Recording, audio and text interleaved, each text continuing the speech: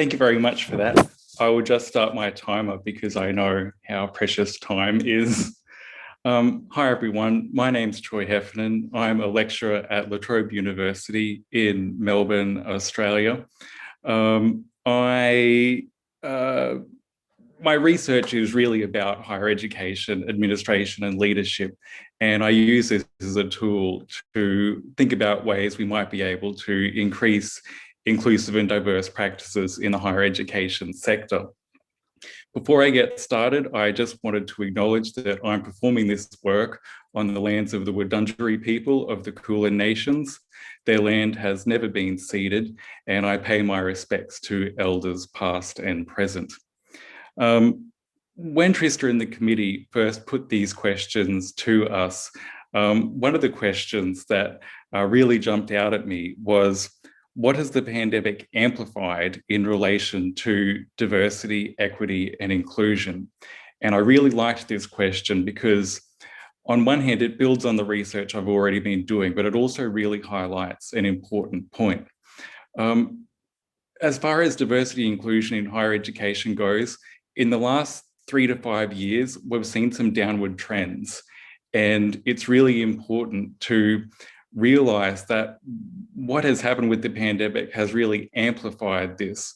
And the reason I want to reiterate this so much is because time and time again, we see university leaders and managers and government talk about the negative things they've had to do with regards to higher education, and they use the pandemic as a starting point.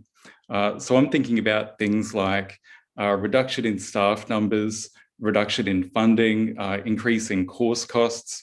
We keep seeing people talk about these things as if they're happening because of the pandemic, but that's just not true. They were already happening. They just increased a lot more because of the pandemic, and that really exposed what was going on and has made people have to talk about them. I'd also like to just quickly touch on what marginalised groups really means in higher education research.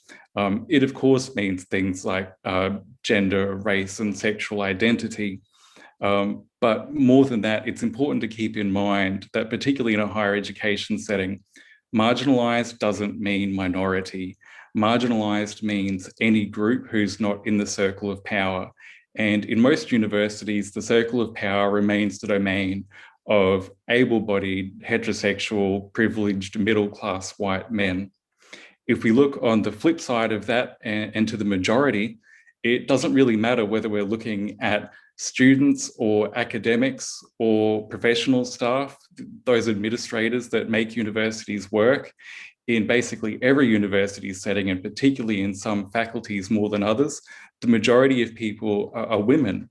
But of course, as most of you unfortunately know, that doesn't always transfer into promotion and leadership positions. That's still the domain of middle-class white men. So with those two factors out of the way, we can look at what has really happened with the pandemic and marginalised groups in universities. And I think what's really become clear is that the progress we have made has really been built on a house of cards of universities relying on billion-dollar endowments and ever-growing student numbers.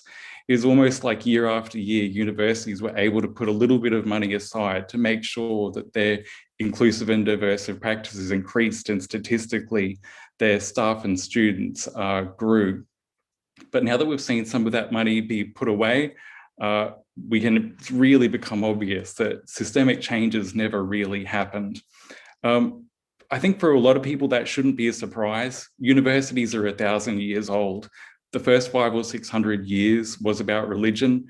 The next few hundred years was about extreme elite white privilege. It's only really been in the last few decades, and particularly the last 20 years, that we've actually seen universities make an effort to improve in this space. So if we think about a 1,000-year history, we probably shouldn't be surprised that what's happened in the last 20 years wasn't enough to make a systemic change. But in saying that, universities did make attempts. We saw scholarships increase, bursaries increase, pathway programs were put in place.